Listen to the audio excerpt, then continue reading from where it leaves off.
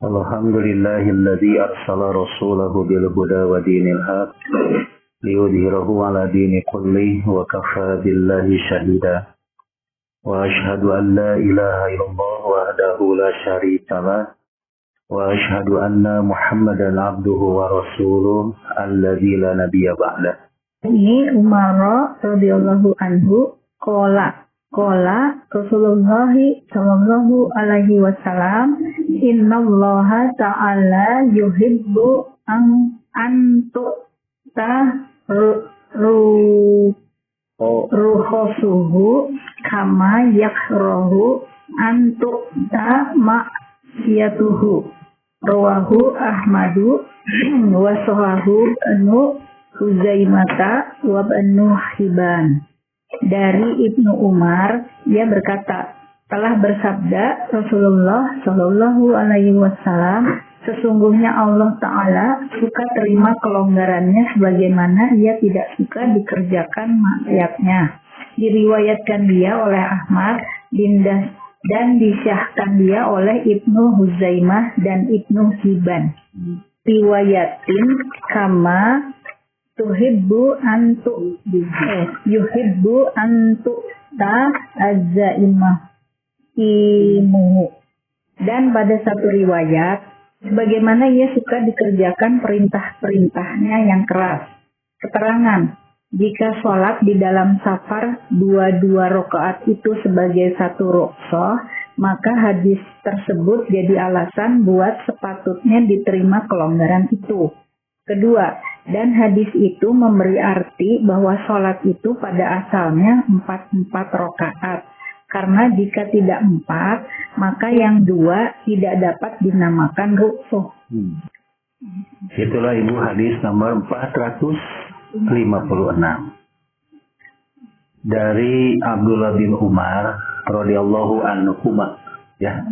Jadi anhuma. Kenapa anhuma, Bu? Karena Abdullah anaknya Umar itu masuk Islam. Apalagi Umar gitu kan. Bapaknya pun itu orang Islam. Maka memakai kalimat radhiyallahu anhuma. Seperti Ani bin Abbasin radhiyallahu anhuma. Jadi kalau ada kalimat Ani bin, berarti itu Bu Abdullah. Asal nama An Abdillah bin Umar gitu asalnya. Cuman diringkas jadi Ani bin Umar. Maka ibu sering mengenal Ibnu Umar, Ibnu Abbas. Jadi kalau Ibnu Umar itu maksudnya Abdullah bin Umar. Ibnu Abbas itu maksudnya Abdullah bin Abbas. Begitu Bu. Innallaha yuhibbu an tu'tahu khusuhu kama yakrahu an tu'ta ma'siyatuhu. Di sini Bu ada kalimat rukhsah dan azimah. Itu di hadis yang selanjutnya. Allah itu mencintai yang rukhsah dan mencintai juga yang azimah. Kalau sesuatu yang dicintai oleh Allah, berarti itulah ketentuan syariat yang harus dijalankan. Jadi kalau azimah itu ketentuan hukum yang pasti, yang mutlak, yang harus dilakukan. Maka ketentuan yang pasti, yang mutlak itu harus dilakukan disebut azimah. Nah, dari azimah ini lahirlah yang disebut dengan keringanan. Maka keringanannya disebut rukhsah.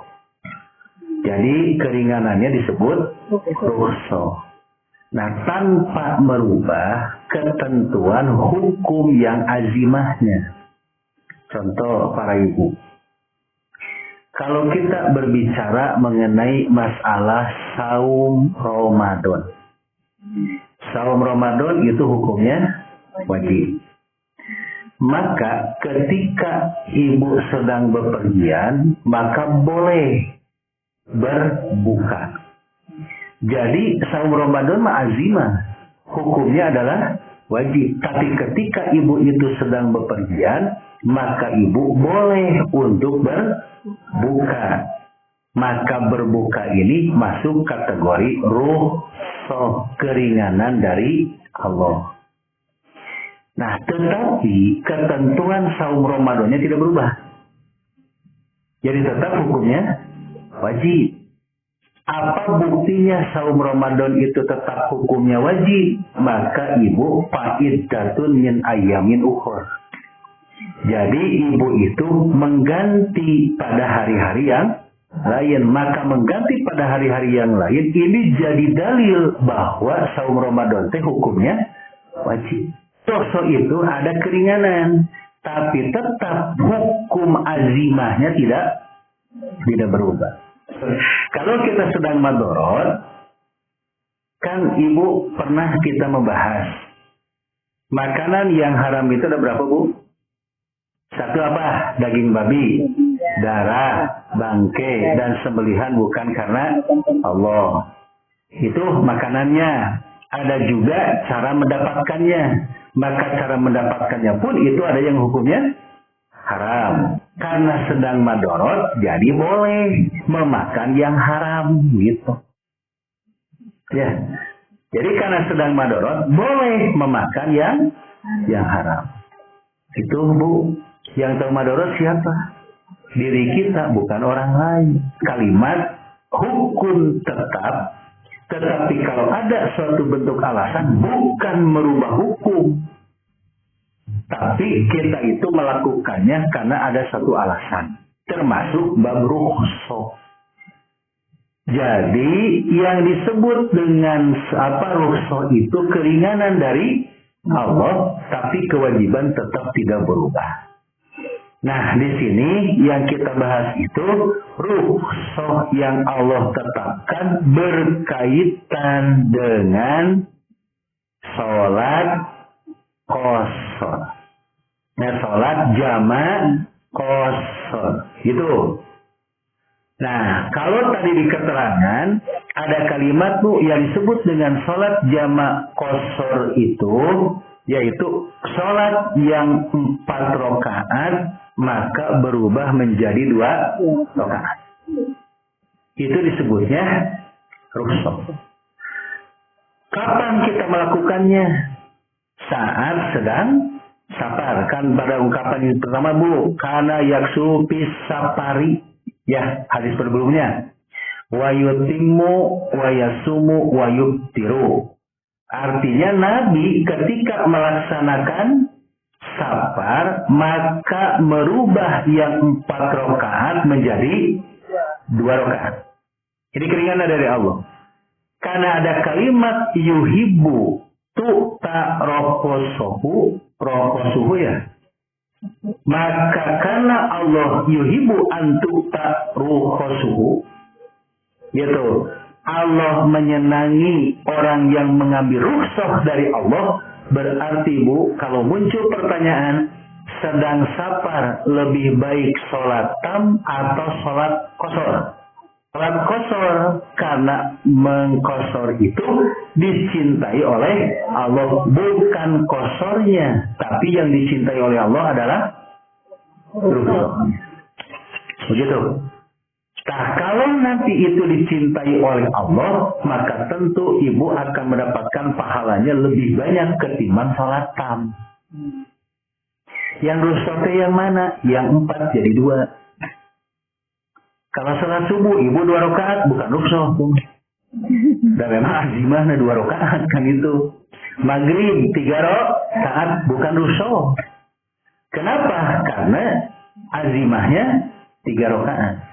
Yang rukhsah, Bu, yang 4 itu berubah menjadi 2 rakaat. Baru itu disebut rukhsah. Gitu, Bu. Nah, makanya kenapa, Bu, sampai ada kalimat innallaha yuhibbu an yu'ta rokosuhu.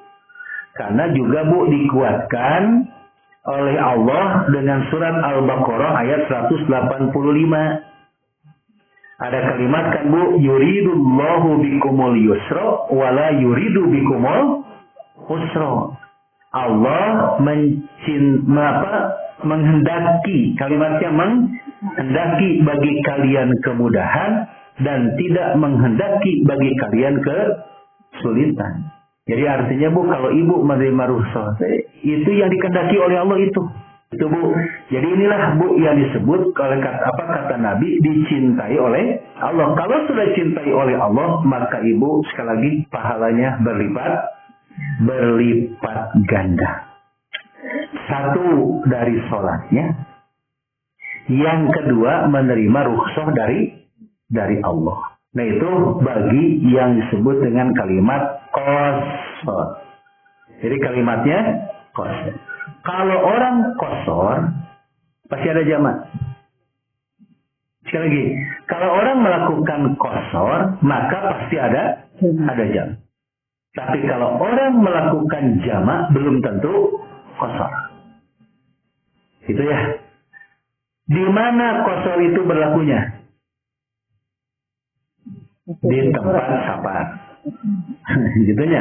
Jadi di tempat safar. Kalau jamak di mana berlakunya? Di tempat sendiri bisa, di tempat safar pun apalagi. Kalau di tempat sendiri yang berlaku jamak takhir. Di tempat safar yang berlaku itu jamak takhir dan jamak takdim. Makanya ibu kalau di tempat safar ingin menjamak, mangga ibu mau jamak takdim, mau jamak takhir. Contohnya datang waktu zuhur. Ibu teh sedang safar. Nanti saja waktu asar, boleh silakan. Kan sholat mah harus di awal waktu, pun pak asar di awal waktu. Jadi nanti asar di awal waktu. Ya sana duhurnya enggak di awal waktu. Awal waktunya duhur teh di waktu asar kalau di jamak takhir mah. Kalau jamak takdim mah awal untuk waktu asar adalah di waktu duhur. Gitu Bu. Nah maka manfaatkan rukhsah ini dengan sebaik-baiknya kalau kita ingin dicintai oleh Allah gitu. Nah makanya ibu-ibu dari ungkapan hadis ini, dua hadis yang barusan, fi'lur rukhsati afdalu min fi'lil azimati. Jadi ringkasan fikihnya, melakukan rukhsah lebih utama daripada melakukan azimah. Jadi melakukan rukhsah lebih utama daripada melakukan azimah. Kapan? Sedang safar.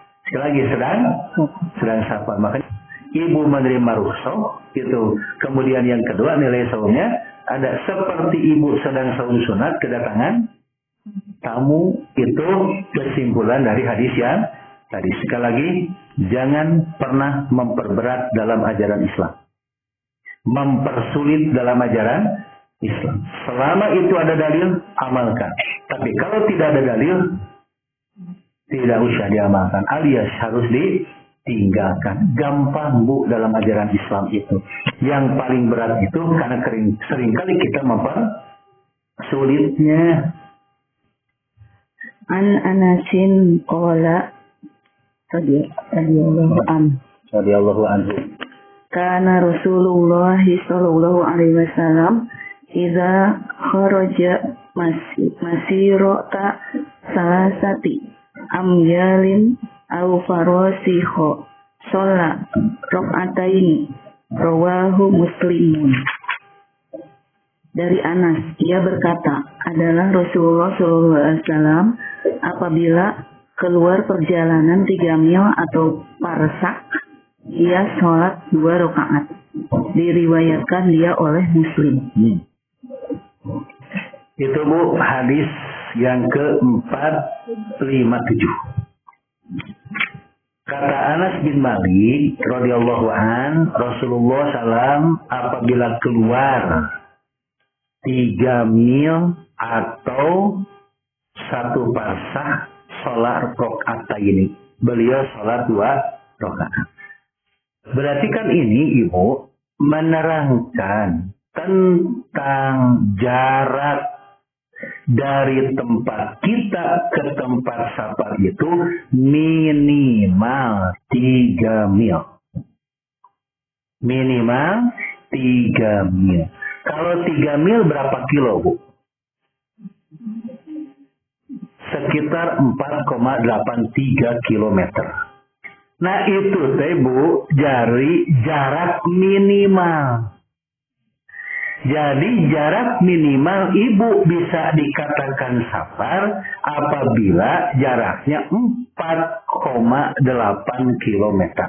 Sudah bisa melaksanakan layak disebut safar. Karena minimal ini batasnya. Jadi bentuk kalimat kharaja masirata salasata amyalin itu, jadi kalau ibu melakukan satu bentuk perjalanan, lalu perjalanan tersebut itu sudah mencapai, ambillah 5 kilo lah. Ya.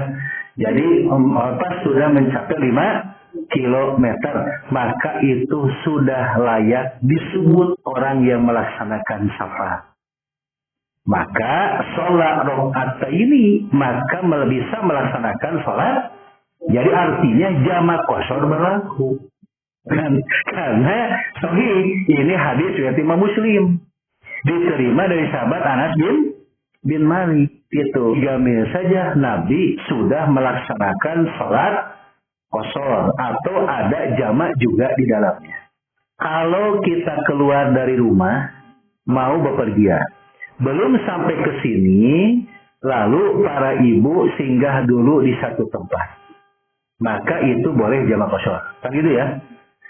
Ternyata Bu, sudah ada musyawarah penetapan hukum berdasarkan istinbat hadis ini, maka ibu keluar dari rumah nih, sebelum sampai ke tempat tujuan singgah dulu untuk melaksanakan sholat. Nah, jarak dari sini ke sini berapa kilo? Kalau belum sampai pada 5 kilo atau 4,8 yang tadi, maka tetap Bu jamak qashar belum berlaku. Karena ibu mau pergian contohnya, maka tetap ini jamak qashar belum berlaku. Kenapa? Karena jarak dari tempat ibu berangkat itu belum mencapai 4,8 atau alias 5 kilo. Sabar koma lagi untuk mencapai 5 kilo. 0,2 ya. 0,2 lagi kan. Ya anggap 5 kilo lah gitunya. Nah itu Bu. Jadi kalau ibu mau pergi ke tempat ini, kemudian berangkat, belum sampai ke sini kan. Ke rest area saja dulu. Pas ke rest area ternyata ibu sudah mencapai 7 kilo. Maka boleh melaksanakan jamak qashar walaupun belum sampai ke tujuan. Sebaliknya, ibu pulang dari tempat safar. Ibu belum sampai ke rumah. Kemudian ke rest area dulu. Lalu ibu melaksanakan sholat. Maka saat ibu melaksanakan sholat harus tahu dulu jarak ini ke rumah ibu berapa kilo. Kalau memang jaraknya sudah mencapai 5 kilo atau 6 kilo, itu boleh jamak qashar. Tapi kalau seandainya belum sampai kepada sudah tidak mencapai 5 kilo, maka tidak boleh jamak qashar. Nah ini kaitan dengan batas minimal. Tetapi lagi tetap itu kembali juga kepada diri ibu, layak tidak ke sana disebut safar. Sekali lagi, kalau ibu ada maksud untuk safar. Tapi ketika ibu itu dan saya merasa tidak safar walaupun 10 kilo, maka para ibu itu silahkan, ibu tidak boleh melaksanakan jamak qashar. Ini mah kalau ibu merasa safar. Sekali lagi Bu, kalau merasa safar. Terus, nah itu yang disebut dengan rukhsah yang Allah tetapkan berlakunya, yang disebut dengan jamak qashar. Ya. Kalau misalnya itu kan jamak qashar. Nah, kalau kita terbiasa sholat rawatib, apakah ditiadakan rawatibnya? Kalau yang disebut dengan orang sedang safar, maka sholat rawatib itu tidak ada kecuali qobla subuh. Ya, jadi kan ibu jamak qashar nih, kayak sedang safar. Kemudian ibu melaksanakan jamak qashar, maka rawatibnya itu tidak ada. Dan yang ada hanya qobla subuh. Ingat Bu, rawatib aja yang nggak ada. Itu mah Bu, tahiyatul masjid, sholat duha, sholat tahajud, sholat syukrul, wudu, mangga itu mah ada. Yang tidak ada mah rawatib qabla duhur, ba'da maghrib, ba'da isya. Itu semua tidak ada, Bu. Gitu. Tapi bagaimana kalau saya tidak melaksanakan? Tidak ada. Karena tidak ada, maka tidak ada syariat untuk melaksanakan. Kan saya mah sudah biasa. Kalau sudah biasa juga, Bu, nggak usah khawatir. Pahala ibu biasa rawatib itu akan tetap dicatat, Bu, oleh Allah. Itulah. Qala kharajna ma'a Rasulillah sallallahu alaihi wasallam minal Madinati ila Makkah fakana yusalli raqataini hatta raja'na ilal Madinah muttafaqun alaih wal lafzu lil Bukhari. Dan daripadanya ia berkata, kami keluar bersama Rasulullah Shallallahu Alaihi Wasallam dari Madinah ke Mekah. Maka adalah ia sholat 2 rakaat hingga kami kembali ke Madinah. Muttafaqun alaih. Tetapi lafaz itu bagi Bukhari. Lihat Bu di sini, Bu. Wa anhu, kalau wa anhu itu berarti, Bu, itu sahabat sebelumnya, di hadis sebelumnya. Siapa yang maksud?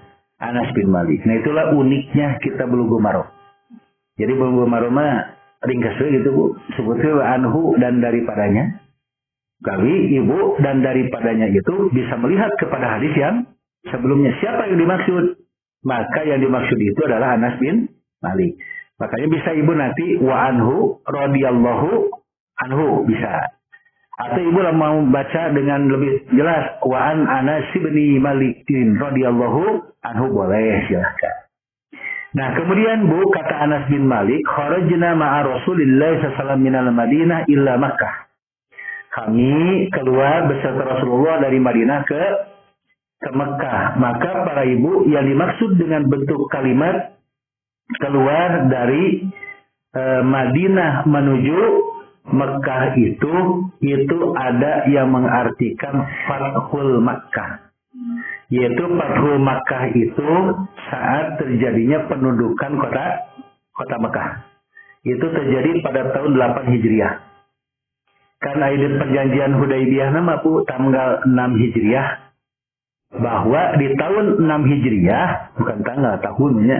Tahun 6 Hijriah, bahwa umat Islam tidak boleh masuk ke Mekah tahun itu, tapi harus tahun berikutnya, yaitu tanggal 7 tahun 7 Hijriah. Untuk apa? Untuk melaksanakan ibadah umroh. Dan pelaksanaannya atau berada di Mekah itu di perjanjian Hudaybiyah nih, salah satunya orang Islam harus berada di Mekah itu cuma 3 hari. Setelah 3 hari harus kembali lagi. Nah itu, Bu, itu di perjanjian Hudaybiyah. Jadi itu sudah cukup sebetulnya.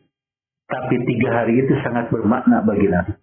Ternyata, Bu, orang-orang Quraisy melihat umat Islam begitu hebat akhlaknya, begitu hebat ibadahnya, sehingga orang-orang Quraisy banyak yang masuk Islam. Pada saat terjadi 6 Hijriah, tahun 6 Hijriah. 7 Hijriah. Di tahun ke-8-nya, umat Islam betul-betul bisa menundukkan kota Mekah. Karena sudah banyak yang masuk Islam. Maka 8 Hijriah disebut saja Fathul Makkah. Makanya ketika Mekah sudah ditundukkan oleh Rasulullah, idza jaa nasrullah sampai selesai. Itu, Bu, menunjukkan Islam sudah mendapatkan kemenangan. Dihapuslah, Bu, berhala-berhala di lingkungan Ka'bah itu, dan akhirnya betul-betul Islam dikuasai oleh umat Islam. Datanglah Nabi ke Mekah, Bu, melaksanakan umrohnya mah. Karena Mekah sudah dikuasai oleh orang Islam. Maka Nabi berada di sana itu berapa lama? Yaitu para ibu, selama beliau itu 5 malam berada di Mekah, gitu, Bu. Dan ternyata, Bu, di sini bukan umroh, tapi umroh dan haji. Jadi umroh dan haji, karena diantaranya untuk melaksanakan selanjutnya melaksanakan ibadah umroh lalu ibadah haji. Dan Rasul, beliau berada di sana itu Bu kurang lebih 5 hari. Tadi Ibu menyampaikan walafdul Bukhari dan lafaz dari Imam Bukhari wa tamamul hadis indahu. Qultu aqamtum bi Makkah syai'an. Jadi sampai aku berkata, apakah kalian itu di Mekah atau berapa lama kalian berada di Mekah? Akum nabiha ashron. Kami berada di Mekah selama 10 hari. Jadi ibu-ibu, ada yang menjelaskan Nabi itu berada di Mekah 5 hari. Ada juga yang menjelaskan Nabi itu berada di Mekah berapa lama Bu? 10 hari. Di hadis yang selanjutnya ya dari Imam Ibnu Abbas radhiyallahu anhu bahwa Nabi Shallallahu Alaihi Wasallam berada di Mekah berapa lama Bu? 19 hari yang suruh beliau mengqashar salatnya. Wa filabdin bi Makkah tis'ata asyara yauman. Sama kan? Yaitu 19 hari. Di dalam hadis riwayat Imam Abu Dawud ada di sana 17 hari. Kemudian ada yang menjelaskan 15 hari. Lalu dari Imran bin Husain 18 hari. Dari Jabir nggak ada. Ya ada di sana batasan berapa lama kita itu bisa melaksanakan jamak qashar ketika sedang safar, tidak ada batasan yang mutlak. Kalau tadi Bu minimal jarak ada, tapi kaitan dengan waktu berapa lama kita itu berada di tempat safar bisa jamak qashar, tidak ada ketentuan yang mutlak. Makanya boleh ibu 1 bulan, 2 bulan, 3 bulan. Selama ibu itu apa Bu? Safar, maka ibu silahkan melaksanakan jamak qashar. Ingat Bu ya, kaitannya mukim. Ya, ibu ada niat mukim, bukan KTP. Ada niat kita itu musafir atau mukim. Kata Bu. Dia sehari-hari kan di Jakarta. Di Jakarta. Ya. Terus kalau itu di mana? Di mana mukim dan musafirnya? Ya itu ibu dia yang menentukan. Apakah dia itu sudah merasa jadi mukimin di Jakarta? Oh ya, saya sudah merasa jadi mukimin. Berarti di Jakarta dia harus tam. Pulang ke Cimahi, musafir. Walaupun KTP-nya Cimahi, itu Bu. Jadi tetap itu tergantung kepada nawaitunya, niatnya itu dia di tempat kerjanya apa. Udah saya mah ke Jakarta pulang, sana ke Cimahi pulang, tidak boleh jamak qashar. Karena seolah-olah dia punya tempat. 2, ke Jakarta pulang, ke Cimahi pulang, gitu Bu. Jadi tetap dia yang menetapkannya. Merasa mukim atau merasa musafirnya di mana? Pas saya mah tidak merasa musafir dua-duanya, nggak boleh jamak qashar. Gitu. Tapi kalau saya mah merasa musafir kalau pulang ke Cimahi, boleh jamak qashar. Tapi ke Jakarta nggak boleh jamak qashar karena merasa mukimnya di Jakartanya kayak gitu Bu. Jadi tetap itu kembali kepada niat kitanya. Begitu Bu. Waktu yang lama, misalnya kuliah di luar kota, di luar negeri, itu tahunan kan. Nah itu gimana Pak? Sama juga kan sama. Itu yang menentukan. Saya mah merasa safar di sini. Jadi gini Bu, niat safarnya dulu. Bukan biar selesai, mending niatkan safar biar bisa jamak qashar terus-terusan. Bukan begitu. Saya mah merasa tidak safar karena udah beberapa tahun di sini, nggak boleh jamak qashar. Tapi kan saya merasa safar, mangga Bu, 2 tahun jamak qashar. Boleh, betul. Gitu. Itu Bu. Betul. Di umroh itu kan kita inginnya berjamaah ya di sana kan pahalanya kan berlipat-lipat. Nah kita misalnya tidak mengambil rusuhnya itu ya. Misal gitu kan kita nunggu di masjid pengen lagi kembali misalnya dari duhur ke asar nunggu pengen jamaah lagi tapi tidak ambil rusuh itu gimana Pak? Betul. Kalau ibu merasa safar enggak ke Mekah? Safar subuhnya. Kalau ibu merasa safar, bagusnya mah ibu ambil rukhsahnya. Karena itu dicintai oleh Allah. Kan saya senang duhur ingin berjamaah, asar ingin berjamaah. Kalau duhur, maghrib, subuh pasti berjamaah dengan di sana. Artinya kan ibu, subuh bermakmum, duhur bermakmum, maghrib bermakmum. Nah, saya kan ingin berjamaah, maka ibu berbarengan dengan teman-teman ibu yang lain, supaya nanti dua salat asar dan isanya bisa berjamaah. Begitu Bu. Artinya ibu berjamaahnya dapat, gitu kan? Rukhsahnya pun dapat juga.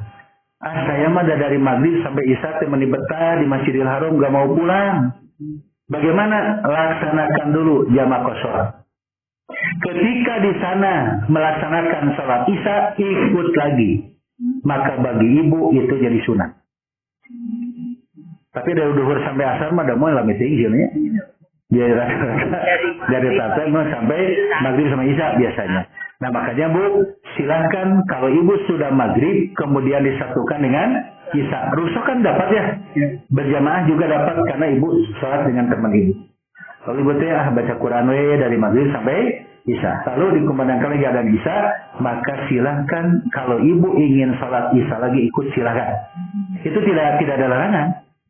Dan itu ibunya berlipat ganda pahalanya.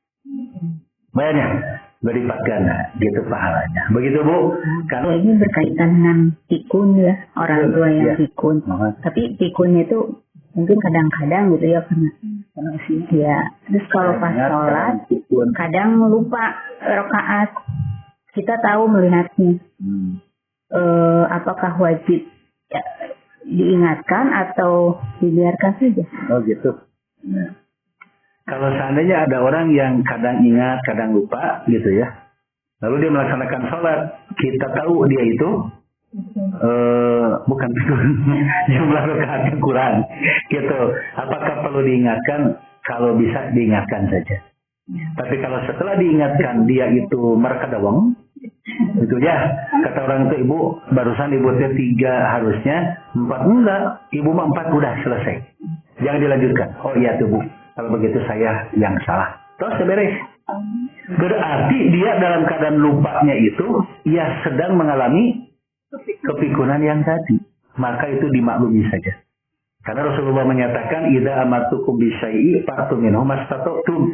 Jika aku memerintahkan pada satu bentuk perkara, laksanakan berdasarkan kemampuan. Nah itu Bu, biarin aja segitu.